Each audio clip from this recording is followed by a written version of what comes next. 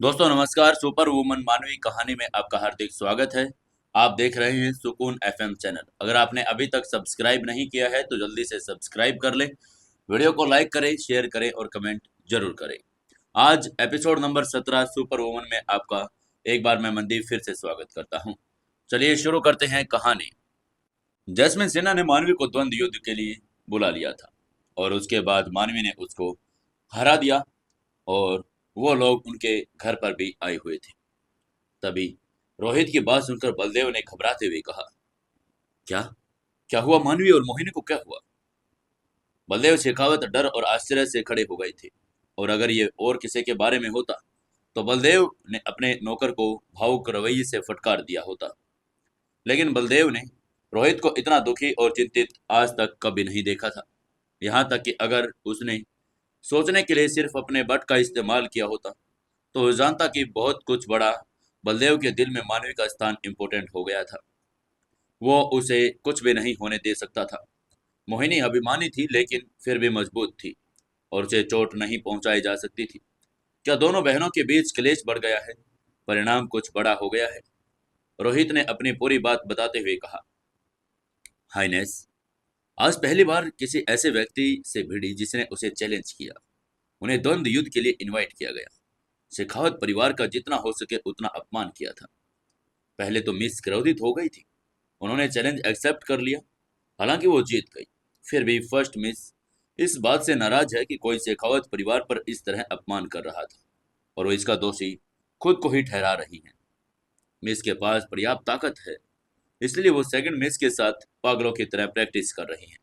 Training ground में लड़ रही हैं और इस तरह बिना किसी सीमा के प्रैक्टिस करते हुए देखकर आपके सेवक को डर है कि पहली मिस का शरीर ये सब झेल नहीं पाएगा। रोहित की भावनाएं और स्वर बहुत जटिल था। कभी धीमे तो कभी तेज, कभी दुखी तो कभी चिंतित। उसने पहले कभी इतने भाव और तीव्रता के साथ इतने शब्द नहीं कहे थे। अगर भीम यहाँ होता तो वो चिल्ला उठता और सबसे हष्ट पुष्ट बॉडीगार्ड को इतनी छोटे मानवी के लिए गुमराह कर दिया। उसकी बात सुनकर बलदेव शेखावत की अभिव्यक्ति गंभीर हो गई। उसने अचानक से खड़े होते हुए हैरानी से कहा, क्या? मिस्टर सिन्हा की परवाह किए बिना वो जल्दी से महल के पिछवाड़े की तरफ चले गए। रोहित भी बलदेव को फॉलो करने लगा। मास्टर सिन्हा ने अपना मुंह सिकोड़ा। उनका चेहरा काला पड़ गया। रोहित की बातें सुनकर उन्हें समझ आ गया था कि वो तलवार अब कभी वापस नहीं आएगी। उन्हें यह भी लग रहा था कि उन्हें इस पागल औरत का पर्याप्त ध्यान नहीं दिया गया था। हालांकि वो पहल करना चाहते थे, मामले को जितना हो सके कम करना चाहते थे, फिर भी कुछ उपहार भेजकर परिवार की विरासत वापस चाहना चाहते थे। अगर बलदेव शेखावत को भी सारी बातें पता चलती तो वो भी इस मामले को दोबारा से विचार करने की कंजूसी नहीं करते। लेकिन अब सब कुछ बर्बाद हो चुका था, पूरी तरह से। न केवल तलवार वापस पाना बल्कि शेखावत परिवार अपने गुस्से में इस मामले की तह तक पहुंच सकते थे। वो ये सब देखते हुए जैस्मीन ने थोड़ा गुस्से में कहा, दादाजी। उसे कैसे समझ नहीं आया कि यह मानवी की एक चाल थी। मिस्टर सिन्हा ने गुस्से में उसको डांटते हुए कहा, अपनी जुबान संभालो जरा। मेरे साथ वापस चलो। अब से शेखावत परिवार के किसी भी व्यक्ति को कभी मत उकसाना। मिस्टर सिन्हा उठे और जैस्मिन के साथ सभी को अलविदा कहते हुए वहां से निकल गए। वे बस यहाँ कभी माफी मांगने आएंगे। जैस्मिन का चेहरा तुरंत पीला पड़ गया। तभी मिस्टर सिन्हा ने हल्की आह भरते हुए कहा, क्या क्या तुम दादाजी को दोष दे रही हो? गाड़ी में पूरे समय जैस्मिन अपना सिर नीचे झुकाए बैठी रही। वो एक शब्द भी नहीं बोली। मिस्टर सिन्हा ने जैस्मिन को अपना सिर नीचे झुकाए हुए देखा तो उसके चेहरे पर एक अजीब सा भाव आ गया। तभी जैस्मिन ने घबरा कर कहा, नहीं नहीं दादाजी, मेरे दादाजी को दोष देने का कोई इरादा नहीं था। मिस्टर सिन्हा ने गहराई से पूछा, जैस्मिन, तुम सिन्हा परिवार के भविष्य की आशा हो, लेकिन तुम बहुत आवेगशील हो। क्या तुम समझती हो कि दादाजी ने तुम्हें आलोचना क्यों की? जैस्मिन ने शांति से कहा, मुझे शेखावत परिवार के किसी मेंबर्स को नहीं उकसाना चाहिए था ना। यह कहते हुए उसने धीरे से अपना चेहरा नीचे कर लिया। मिस्टर सिन्हा ने अप्रत्याशित रूप से दृढ़तापूर्वक खंडन करते हुए कहा, नहीं। जैस्मिन ने उलझन में अपने सामने ईद वाले आदमी की तरफ देखा और पूछा, तो फिर दादाजी? मिस्टर सिन्हा ने उसको समझाते हुए कहा, मैंने तुम्हें डांटा क्योंकि तुम्हें किसी ऐसे व्यक्ति को उकसाना नहीं चाहिए था जिसे हम वर्तमान में उकसा नहीं सकते। ये कहते हुए उसकी निगाहें थोड़ी ठंडी हो गई। उसकी बातें सुनकर जैस्मिन ने तुरंत नजरें चमक उठी। उसे दादाजी का मतलब तुरंत समझ में आ गया था। शेखावत परिवार के लोग उनके सिन्हा परिवार के लोग के लिए उकसाने लायक नहीं थे, इसलिए उनसे गलती की थी और किसी ऐसे व्यक्ति को उकसाया था जिसने भड़काने का वो जोखिम नहीं उठा सकती थी। लेकिन एक दिन ऐसा जरूर आएगा जब शेखावत परिवार के किसी व्यक्ति को उकसा देगी और हरा भी पाएगी। मिस्टर सिन्हा ने राहत भरी नजरों से जैस्मिन के चेहरे के भाव को देखे, ये समझते हुए कि उनकी पोती बात समझ चुकी है। उन्होंने जैस्मिन के सिर पर हल्का सा हाथ फेरा और कहा, तुम कड़ी मेहनत करोगी, लगातार खुद को मजबूत बनाओगे।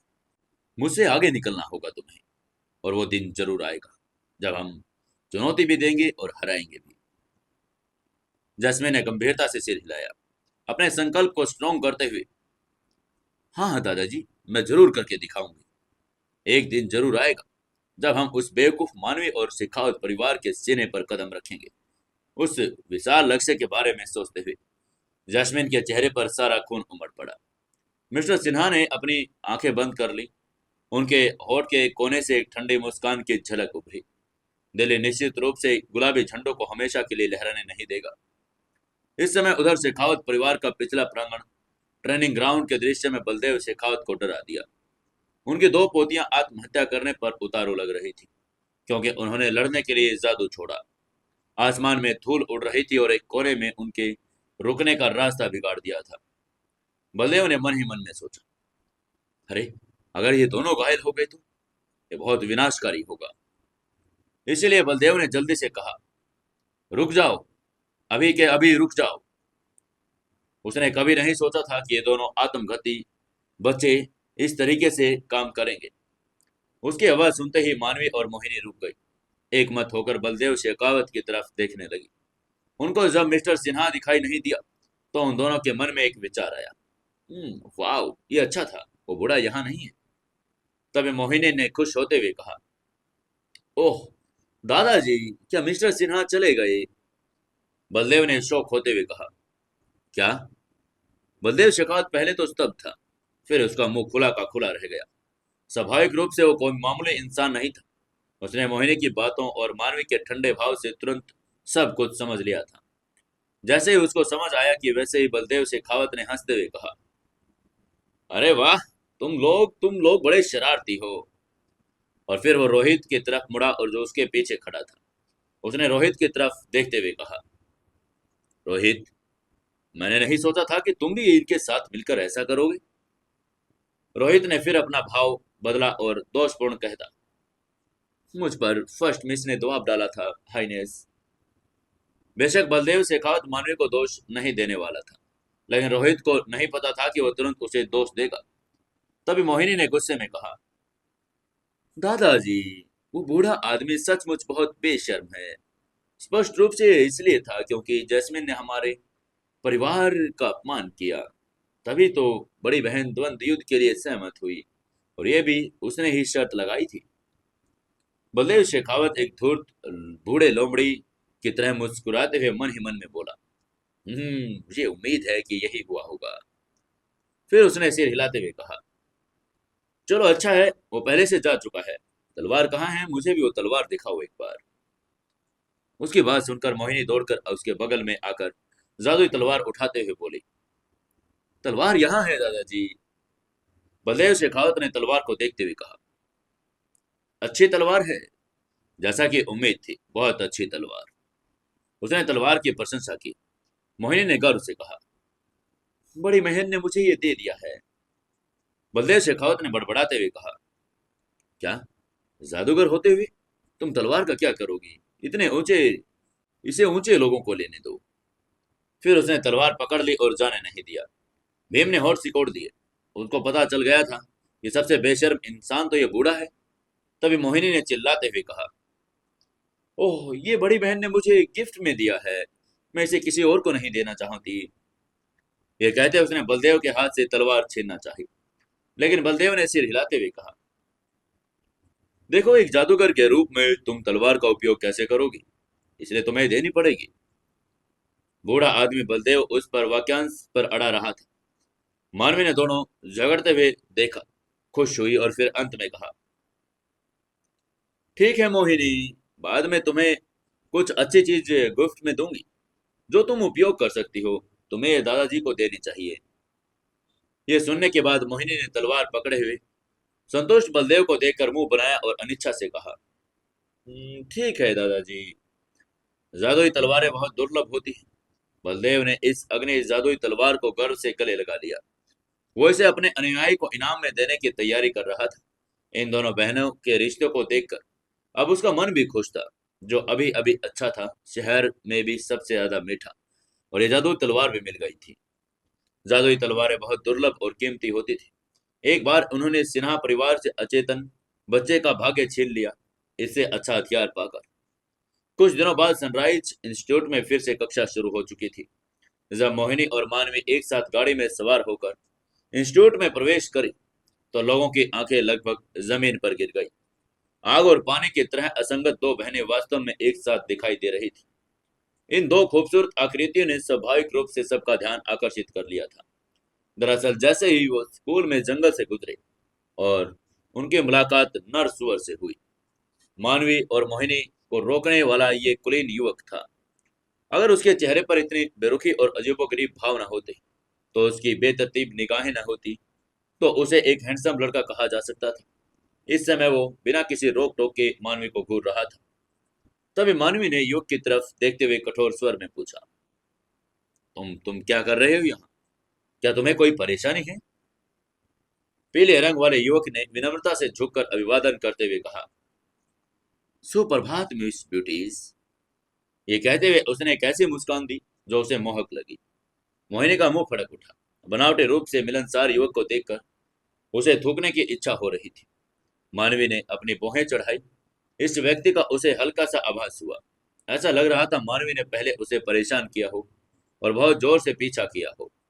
उसका नाम कुछ कुछ समथिंग था जैसा था, और वो उसका नाम पहले ही भूल चुकी थी। लेकिन मानवी को सचमुच इस चेहरे का आभास हो रहा था। नरसुअर ने कॉन्फिडेंस से भरकर मुस्कुराते हुए कहा, मिस मानवी, मैं आपको अपने साथ दोपहर का भोजन करने के लिए आमंत्रित करना चाहता हूँ। क्या आप मुझे सम्मान देंगी? नरसुअर की नजरें बेतहाशा मानवी पर जा रही थी। वो उम्मीद भी नहीं कर सकता था कि मानवी, जो इस समय इतनी साधारण और मूर्ख थी, वास्तव में बहुत ज्यादा प्रभावशाली हो गई थी। पहले कि वो लड़ाई जिसने उसे प्रसिद्ध बनाया, उस दिन लाइब्रेरी में हुए द्वंद्व युद्ध, दोनों ने उस पर गहरी छाप छोड़ दी थी। उस मूर्ख लड़कों का पीछा करने वाली का एक अलग से अब ओरा बन गया था। उसकी चमक के कारण लोगों की नजरों को उसे हटाना थोड़ा मुश्किल हो रहा था। असल में अगर वो गौर से देखता तो बहुत सुंदर थी, और बहुत बस पहले ही उसकी मूर्खता और लड़कों का पीछा करने की प्रवृत्ति लोगों के पेट में अलग अलग भावनाएं पैदा कर देती थी। मानवी ने उस बेलगाम निगाहों को देखते हुए ठंडे स्वर में मना करते हुए कहा, नहीं नहीं, मेरे पास समय नहीं है। उसकी बात सुनकर नरस्वर ने शौक होते हुए कहा, क्या? उसके भाव कठोर हो चुके थे। उसे बिल्कुल भी उम्मीद नहीं थी कि वो मना कर देगी। उसने अंदाजा लगाया कि अगर मानवी अब पहले से अलग है, उसको लगा कि खुशी से उछलते हुए स्वीकार नहीं करती, तो वह फूल की तरह मुस्कुराएगी और उसका निमंत्रण स्वीकार कर लेगी। लेकिन उसने ये उम्मीद ही नहीं की थी कि वो मना करेगी। तभी मोहिनी ने भौहें चढ़ाकर अधीरता से कहा, क्या तुम्हें इंसानी भाषा में समझ नहीं आता? बड़ी बहन ने कहा है कि वो नहीं जा सकती। लेकिन नरसुअर को मोहिनी का ये रवैया पसंद नहीं आया। घमंडी मोहिनी हमेशा से ऐसी थी। उसके मन में जो कुछ सोचा, अच्छा सच में मानवी बहन तो पहले ही कह चुकी है, तो क्या वो एक्टिंग जारी रखेगी? उसने नरसुअर को हल्के से मुस्कुराते हुए कहा, मुझे लगता है कि मिस मानवी को लग रहा है मेरा निमंत्रण तो स्वीकार करना बहुत शर्मनाक है। मिस मोहिनी, क्या हमें में कुछ प्राइवेसी की जगह दे सकती हैं? नरसुअर के पीले चेहरे ने अब कुछ और भी मोहक मुस्कान का पता चला। तभी मानवी ने बेसवद ढंग से कहा, मैंने कहा ना मेरे पास समय नहीं है। और ये कहते हुए आगे बढ़ने वाली थी। मोहिनी ने भी ठंडी सांस ली और उसने उस नरसुवर की तरफ नफरत से देखा। नरसुवर ठिठक गया था, फिर थोड़ा गुस्से में हुआ। वो बेवकूफ उसका चेहरा तक नहीं देख रही थी। उसने मन ही मन में कहा, ये कब अपनी हरकतें बंद करेगी। मानवी ने उसे अनसुना कर दिया और वहां से चली गई। नरसुवर थोड़ा सा घबरा गया था। उसने जल्दी से पीछा करके मानवी का रास्ता रोक लिया। वो ठंडी हंसी हंसते हुए बोला, अरे ये नाटक बंद करो। क्या तुम हमेशा मेरे साथ रहने के लिए नहीं तरसती थी। ये कहते हुए नरसुवर मानवी का हाथ पकड़ने ही वाला था। नरसुवर की आंखों में बसे ठंडे चेहरे वाली मानवी को ही दिखाई रही थी। मानवी के इस रूप ने उसके दिल की धड़कनें तेज कर दी थी। पुरुष ऐसे ही प्राणी होते हैं, जो चीज आसानी से मिल जाए उसे कभी दुर्लभ नहीं मानते। मानवी ने उस विकृत व्यक्ति को देखते हुए और उसकी भौहें सिकोड़ दी। अगले ही क्षण जंगल में एक अत्यंत दुखद चीख आसमान में गूंजी। सभी पक्षी डरकर उड़ गए। मानवी का चेहरा बर्फ की तरह ठंडा था जब नरसुवर की उसकी दाहिनी कलाई पकड़ ली और लगातार रो रहा था। अभी अभी जो चटक की आवाज आई थी वो बिल्कुल साफ थी। उसकी कलाई की हड्डियां टूट चुकी थी। नरसुवर के आंसू तेजी से बह निकले। उसकी नाक भी लगभग उसके साथ उड़ गई। उसने डरी हुई नजरों से ठंडे चेहरे वाली मानवी को देखा और जब से उसने अपनी कलाई तोड़ी तब से लेकर अब तक अपने चेहरे के भाव नहीं बदले थे। तभी मानवी ने थोड़ा गुस्से में चिल्लाते हुए कहा, बेवकूफ, मेरी बड़ी बहन ने कहा था कि वो नहीं जा सकती।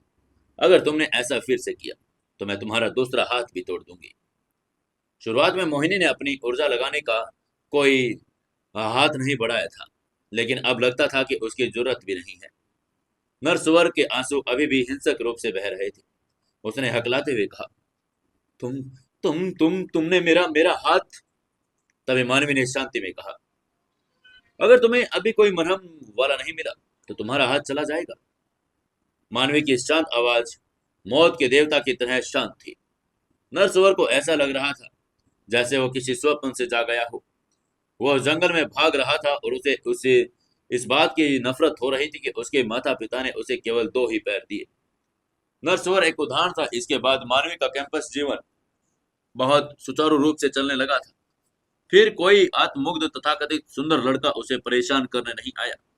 जैसे ही मानवी ने सोचा उसे समय के लिए शांति मिलेगी, कुछ बड़ी घटना घटी। मानवी की जागीर निया शहर में महामारी फैल चुकी थी। शेखावत महल के अध्ययन कक्ष में बलदेव शेखावत का गंभीर चेहरा मेज पर रखे कुछ कागजात को देख रहा था और मानवी चुपचाप खड़ी प्रतीक्षा कर रही थी। तभी बलदेव ने उसकी तरफ देखते हुए कहा, मानवी, इस बार स्थिति बहुत गंभीर है। शहर में बीमारी फैल जारी है और इस महामारी का तरीका भी अलग है। जनता भी बेचैन है। हालांकि मैं वहां जाकर कोई जोखिम नहीं उठाना चाहता, लेकिन शहर के नगर मास्टर होने के नाते तुम्हें वहां जाना ही पड़ेगा। तुम समझ रही हो ना। बलदेव शेखावत के चेहरे पर थोड़ी गंभीरता और चिंता थी। अपनी इच्छाओं के आधार पर निश्चित रूप से मानवी को उस तरह से खतरनाक जगह पर वो जाने नहीं देना चाहता था। अगर वो प्लेग जैसी कोई संक्रमित हो गई तो परिणाम तो जाहिर है, लेकिन मानवी नगर मास्टर और शेखावत परिवार के सदस्य थी।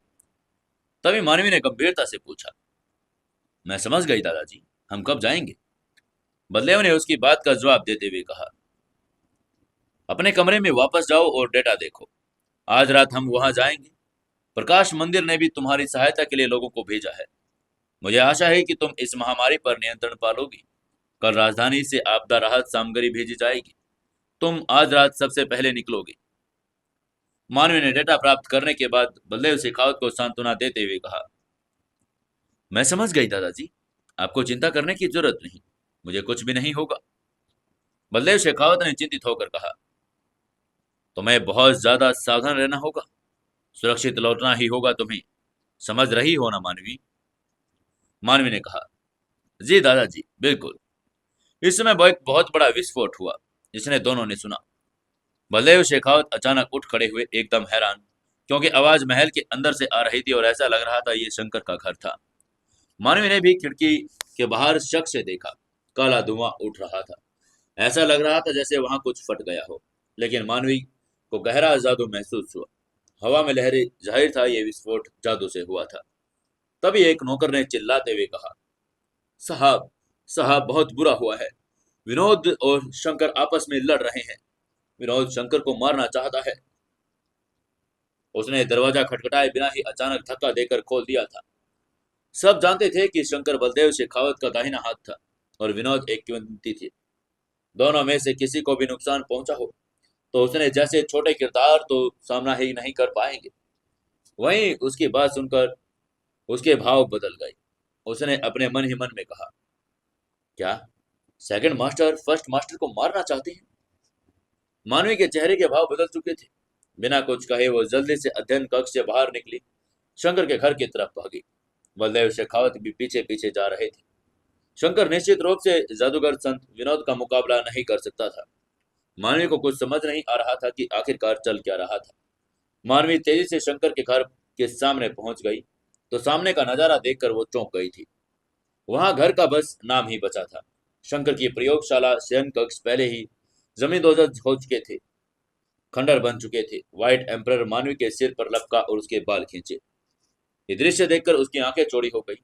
वो चहचहाने लगा था। आमतौर पर व्हाइट एम्परर हमेशा मानवी के कंधे पर तो दुबका रहता था या उसके सिर के बाल लेटा रहता था। शंकर का बदनसीब शरीर खंडरों के बीच खड़ा था। उसके शरीर पर कई जख्म थे। शंकर का दाहिना आस्तीन पहले से ही खून से लाल हो चुका था और उसका खून लगातार टपक रहा था। विनोद हवा में मंडरा रहा था और उसका चेहरा हत्या की भावना से भरा हुआ था। वो शंकर को लगातार घूरे जा रहा था। मानवी तेजी से शंकर के पास गई। उसने उसके लड़खड़ाते हुए शरीर को सहारा देते हुए कहा, मास्टर, मास्टर क्या आप ठीक है? ये ये सब हो क्या रहा है मास्टर? तभी खांसने की आवाज आई। खून के एक धार बह निकली और खून का धब्बा बन गया। उसने धीरे से कहा, सब सब ठीक है, फिलहाल सब ठीक है। आज विनोद दौड़कर यहाँ आया और बोला कि उसको पता चला है कि मैं तुम्हारा फर्स्ट मास्टर हूँ, इसलिए आज मुझे मरना ही पड़ेगा। उसकी बात सुनकर मानवी को तुरंत समझ आ गया कि क्या हो रहा है। विनोद वो चिड़चिड़ा बूढ़ा सेकंड यंग मास्टर के लिए तैयार नहीं था और इसलिए वो शंकर को मारना चाहता था कि वो मानवी का एकमात्र मास्टर रहे। विनोद ने हवा में तैरते हुए खतरनाक किलिंग इंटेंट के साथ शंकर को देखते हुए गुस्से में कहा, मानवी का मास्टर बनने के लिए तुम्हारे पास किस प्रकार का उदारता और क्षमताएं हैं? मैं सोच रहा था कि किस प्रकार का व्यक्ति मानवी का मास्टर बन सकता है, कि तुम्हारे जैसा छोटा चरित्र भी उसका मास्टर बन सकता है।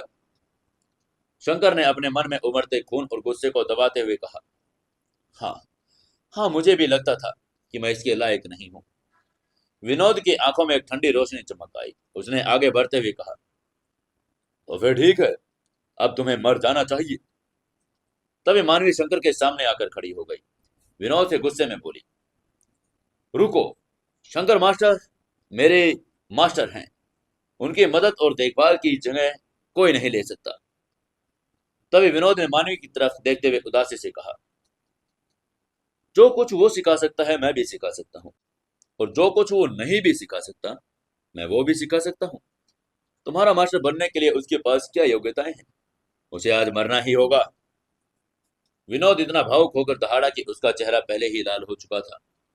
तभी मानवी ने गुस्से में विनोद का नाम पुकारते हुए कहा, विनोद, मैं तुम्हें सच में कह रही हूँ, मास्टर शंकर की मदद और देखभाल की भरपाई कोई नहीं कर सकता। अगर आज तुमने उन्हें फिर से नुकसान पहुंचाने की हिम्मत की तो मैं तुम्हें मारने के लिए हर संभव कोशिश करूंगी। मैं तुम्हें हरगिज नहीं छोड़ूंगी। हवा बहुत तेज चलने लगी थी। धूल ने पूरे आसमान को ढक लिया और एक गमगीन लेकिन अजीब सा माहौल बन चुका था। बलदेव शेखावत एक तरफ खड़े थे। वो हक्का बक्का रह गए थे। उसने कभी नहीं सोचा था कि मानवी इतने विद्रोही शब्द कहेगी। अब क्या किया जा सकता था? उसका ओपोनेंट ऐसा व्यक्ति नहीं था जिससे उनका शेखावत परिवार नाराज कर सके, बल्कि वो एक बहुत बड़ी हस्ती था। शंकर पहले ही इतना भावुक था कि वो कुछ नहीं बोल पाया, बस सामने खड़ी लड़की को घूरता रहा। उसका गला भावनाओं से भर गया था और उसकी आंखों के कोने में गर्व भी हो गए थे। ऐसा लग रहा था जैसे कोई तरल पदार्थ अभी अभी बाहर निकल गया हो। विनोद का चेहरा और भी लाल हो गया। उसका शरीर कांपने लगा। होंठ फैल गए और वो कुछ कहना चाहता था पर एक शब्द भी नहीं निकला। मानवी ने वास्तव में एक निम्न श्रेणी के जादूगर के लिए उसके प्रति के ऐसे शब्द कहे थे। माहौल बहुत तल्ख हो गया था। बलदेव शेखावत ने गहरी सांस ली और सोचा, बस हो गया, इस बार तो सचमुच सब खत्म हो गया। विनोद को इससे पहले कि इस तरह कोई नहीं धमका पाया था। हेम के दांत भी किटकिटा रहे थे, बिल्कुल गड्ढों में, बिल्कुल अवर्णनीय। मानवी अब और नहीं जीना चाहती थी, लेकिन वो जीना चाहती थी, और वो अब एक नए शरीर में धूप का एहसास करना चाहती थी। हवा में तैरते उस बूढ़े सनकी के जीने की चाहत न होना क्या मायने रखता है। मानवी विनोद को घूर रही थी, विनोद भी हवा में तैर रहा था, मानवी को घूर रहा था। वातावरण विस्फोट के कगार पर था और बलदेव शेखावत ने जोर से मुट्ठी भर पसीना छाड़ा। वहीं शंकर के चेहरे पर एक हल्की सी मुस्कान आ गई, एक जानकार और चिंतित मुस्कान। उसने मन ही मन में एक फैसला ले लिया। मानवी जैसी छात्रा के साथ इस जीवन में भला कोई पछतावा कैसे हो सकता था। शंकर ने अपना मुंह खोला, कुछ कहने ही वाला था, लेकिन तभी मानवी ने विनोद को घूरते हुए फिर कहा, उसी तर्क के साथ, मास्टर, मेरे दिल में आपकी जगह कोई नहीं ले सकता। अगर कोई आपको नुकसान पहुंचाना चाहता है तो मैं आपकी रक्षा के लिए अपनी जान जोखिम में डाल दूंगी। आपको नुकसान पहुंचाने वाले को हरगिज नहीं छोड़ूंगी। मैं कसम खाती हूँ मास्टर, मैं उन्हें हरगिज नहीं छोड़ूंगी। मानवी की कोमल लेकिन बेजोड़ आवाज हवा में विनोद के दिल के अंदर जोर से गूंज गई। चारों तरफ सन्नाटा था। अचानक विनोद एक बच्चे की तरह चिल्लाने लगा, वाह वाह करता हुआ जमीन पर अपनी पीठ के बल गिर पड़ा, अपने दोनों पैरों से लात मारने लगा और शोर मचाने लगा। उसने बच्चों की तरह जिद करते हुए कहा, तो मैं सेकंड मास्टर क्यों हूं? मुझे सेकंड मास्टर बनने की क्या जरूरत? मैं फर्स्ट मास्टर बनना चाहता हूँ, मैं फर्स्ट मास्टर बनना चाहता हूँ। अजीब, ये हर किसी को पूरी तरह से अजीब लगा। बलदेव शेखावत तो बिजली गिरने से भी ज्यादा घबरा गए थे। ये महान जादूगर बिल्कुल छोटे बच्चे जैसा लग रहा था। मानवी के चेहरे पर एक जाने पहचाने मुस्कान आ गई, ये सब कहते हुए कि इंसान बूढ़ा होकर बिल्कुल बच्चा बन जाता है। आज ये मुहावरा बिल्कुल सही था। कई बार विनोद बच्चों के जैसा व्यवहार करता था। विनोद ने गुस्से में पस्त शंकर की तरफ देखा। उसने गुर्राते हुए कहा, तुम, मैं फर्स्ट मास्टर बनूंगा, तुम सेकंड मास्टर बनोगे। अगर तुम मान गए तो मैं तुम्हारी लेबोरेटरी का मुआवजा दे दूंगा। मैं तुम्हें कई जादुई वस्तुएं भी दूंगा। मैं तुम्हें कुछ मंत्र भी सिखाऊंगा। जल्दी से मान जाओ, तुम्हें मानना ही होगा, बस ऐसे ही मान जाओ। इससे पहले कि शंकर कुछ कह पाता, मानवी ने मना करते हुए कहा, नहीं नहीं, ये संभव नहीं है। फर्स्ट मास्टर तो फर्स्ट मास्टर ही होता है। लेकिन तभी मानवी के पीछे शंकर की आवाज आई। उसने मानवी को समझाते हुए कहा, मानवी, कोई बात नहीं, अगर सेकंड मास्टर फर्स्ट मास्टर को सिखाए तो कैसा होगा। मैं तुम्हारे अच्छे इरादे समझता हूँ, लेकिन बस अब तुम विनोद को अपना फर्स्ट मास्टर बना लो। मैं लगातार तुम्हारे साथ रहकर तुम्हें निर्देश नहीं दे सकता, क्योंकि मुझे अभी भी मास्टर बलदेव शेखावत की मदद करनी है। विनोद पर कोई रोक टोक नहीं है, इसलिए वो तुम्हारे साथ रहकर तुम्हें सबसे अच्छा मार्गदर्शन दे सकता है। तुम मुझे अपने दिल में रखती हो, यही मेरे लिए सबसे बड़ी खुशी है। मानवी ने आश्चर्य से मुड़कर देखा। वास्तव में शंकर के चेहरे पर एक शून्य भाव था। तभी शंकर ने भाव खोकते हुए फिर कहा, ऐसे स्टूडेंट्स के साथ मैं बिना किसी पछतावे के मर जाऊंगा। शंकर की दोनों आंखें धुंधली पड़ने लगी। उसने कभी नहीं सोचा था कि मानवी मास्टर बनने की योग्यता रखती है, लेकिन मानवी हमेशा उसे नंबर एक मानती थी। उसके लिए बिना किसी हिचकिचाहट के उसके आज जादूगर संत विनोद को नाराज कर दिया था। मानवी जैसे स्टूडेंट्स के साथ वो और क्या मांग सकता था। तभी मानवी ने हैरान होते हुए कहा, मास्टर। मानवी वास्तव में थोड़ा हैरान थी। तभी बलदेव शेखावत ने स्थिति को सुलझाने के लिए जल्दी से बीच में आते हुए कहा, ओह, तो अच्छा ठीक है, हम फैसले पर पहुंचे हैं। अब से मानवी का फर्स्ट मास्टर विनोद ही है। कौन जाने उसके कितनी कोशिकाएं पहले मर चुकी थी। आखिरकार उसने स्थिति को कंट्रोल में ले लिया था, इसलिए स्वाभाविक रूप से वो तुरंत सबके सामने आया और माहौल को हल्का करने के लिए कुछ शब्द कहे। उसकी बात सुनकर विनोद ने बेशर्मी से हंसते हुए कहा, हम पर फैसला करेंगे, अब से मैं फर्स्ट मास्टर। ये कहते हुए वो तुरंत उठ खड़ा हुआ, उदास से खुश हो चुका था। जैसे वो कूदा, उसने शंकर के कंधे को थपथपाते हुए कहा, अब से तुम मेरे छोटे भाई हो। अगर किसी ने तुम्हें धमकाने की हिम्मत की तो बस तुम मेरे पास आ जाना। जैसे ही उसने शंकर के घाव पर थपथपाया तो दर्द के कारण शंकर की भौहें तन गई। ये देखकर विनोद ने तुरंत अपनी इंटरस्पेशियस रिंग से घाव भरने वाली दवा निकाली। बिना कुछ बताए विनोद ने शंकर पर दवा मलनी शुरू कर दी। घाव नंगी आंखों से दिखाई देने वाली गति से भरने लगा। मानवी और बलदेव शेखावत अपने सामने ये नाटकीय दृश्य देखकर हैरान थे, तभी कुछ कहने में असमर्थ थे। वो उन दोनों को जो अच्छे भाई लगते थे, कुछ देर पहले ही जीवन मरण की लड़ाई में जोड़ने में पूरी तरह से असमर्थ थे, जो अभी अभी घटित हुआ था। लेकिन तभी मानवी भी उनको घूर कर देख रही थी। ऐसा क्यों कर रही थी मानवी? क्या मानवी को ये चीज पसंद नहीं आई? जानने के लिए जुड़े रहिए अपनी कहानी सुपर वुमन मानवी के साथ। दोस्तों, एक लाइक, एक शेयर और एक कमेंट जरूर से जरूर कर दें।